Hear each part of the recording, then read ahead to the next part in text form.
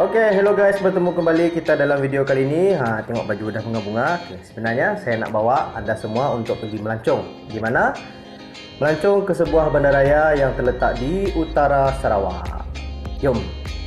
Merupakan salah satu bandar utama yang terdapat di Sarawak. Bandaraya Miri merupakan bandaraya kedua terbesar selepas Bandaraya Kuching. Kemunculan bandaraya ini disebabkan industri minyak dan gas yang pada awalnya diterokai di Bukit Kanada. Pesat membangun sehingga kini, dan fakta unik mengenai Miri adalah Bandaraya Miri merupakan bandaraya pertama di Malaysia yang merupakan bandaraya bukan ibu negeri yang telah diiktiraf sebagai bandaraya. Bila berborak mengenai minyak dan gas, sebenarnya penerokaan dalam skala besar bermula pada tahun 1910 apabila syarikat petroleum Anglo-Saxon perintis Shell Sarawak diberi hak eksklusif untuk meneroka petroleum. Dan disitulah bermulanya industri petroleum di Sarawak sekaligus menjadi perintis kepada industri petroleum di negara ini. Dan pada masa itu ianya tertumpu di kawasan darat iaitu di Bukit Kanada. Dan pada masa sekarang ianya telah menjadi kawasan pelancongan di mana pihak kerajaan telah membina sebuah muzium petroleum. Sambil-sambil berkunjung ke muzium boleh juga melihat pemandangan Miri dari atas bukit. Baik, berbalik kepada cerita pelancongan. Di Bandaraya Miri, pelancongan boleh dikategorikan di dalam dua kategori. Yang pertama, eko pelancongan, dan yang kedua, pelancongan bandar. Kepada mereka yang menggemari aktiviti lasak dan eko pelancongan, saya amat menyarankan anda untuk berkunjung ke Miri. Ini disebabkan di Miri terdapat banyak pusat-pusat eko pelancongan yang boleh anda kunjungi dan diiktiraf sebagai tapak warisan oleh UNESCO. Yang pertamanya adalah Taman Negara Mulu. Bentuk geografi terdiri daripada gua batu kapur, lingkaran air batu yang jernih dan diliputi hutan hujan tropika dan memiliki kamar gua yang terbesar di dunia. Seterusnya, Taman Negara Niah. Tersembunyi jauh di hutan Miri, Taman Negara Niah ini yang seluas 3,140 hektar meliputi kawasan paya gambut dan juga batuan kapur di mana terletaknya Gua Niah. Disitulah juga penemuan arkeologi tentang pendudukan awal manusia semenjak 40,000 tahun dahulu.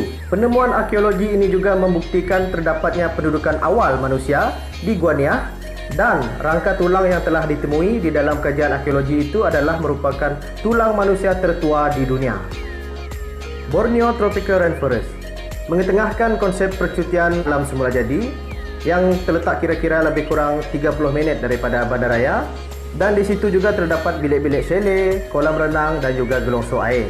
Dan banyak lagi taman negara yang boleh anda kunjungi di Bandaraya Miri. Dan ini termasuklah Taman Negara Logan Bunut untuk melihat sendiri tasik yang terbesar di Sarawak. Dan juga Taman Negara Bukit Lambe untuk menikmati sendiri hazanah-hazanah alam yang ada di situ. Seperti yang saya telah nyatakan tadi, Miri juga menawarkan banyak tempat-tempat menarik untuk dikunjungi di pusat bandaraya. Antaranya adalah Coco Cabana ataupun Marina Bay, antara tempat yang paling popular dikunjungi di Bandaraya Miri. Tempat untuk melakukan aktiviti riadah sambil meluangkan masa bersama keluarga dan sambil-sambil menikmati matahari terbenam dari pinggir pantai.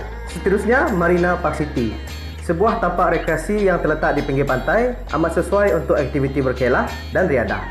Dan untuk orang Miri, bukan menjadi masalah besar untuk memilih tempat-tempat mereka untuk meluangkan masa bersama keluarga di hujung minggu. Taman Kipas Miri ataupun Miri City Fan. Kenapa dipanggil kipas? Banyak kipas kah? Bukan. Kalau kita tengok dari view atas, kawasan taman itu, taman rekreasi itu berbentuk seperti kipas. Dan sebab itulah ia dinamakan Miri City Fan. Miri City Fan merupakan hub untuk aktiviti sukan, pendidikan dan juga terdapat fasiliti kebudayaan. Dan ia menempatkan kolam renang awam, pustaka negeri, dewan suara dan juga taman rekreasi. Pernah dengar pasal jambatan gantung?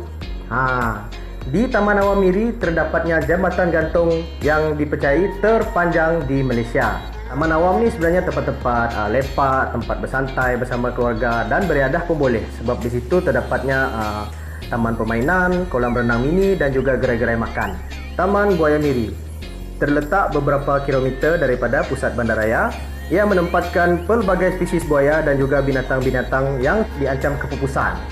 Taman Buaya Miri ini didaftarkan di bawah Convention of International Trade and Endangered Species of Wild Fauna and Flora.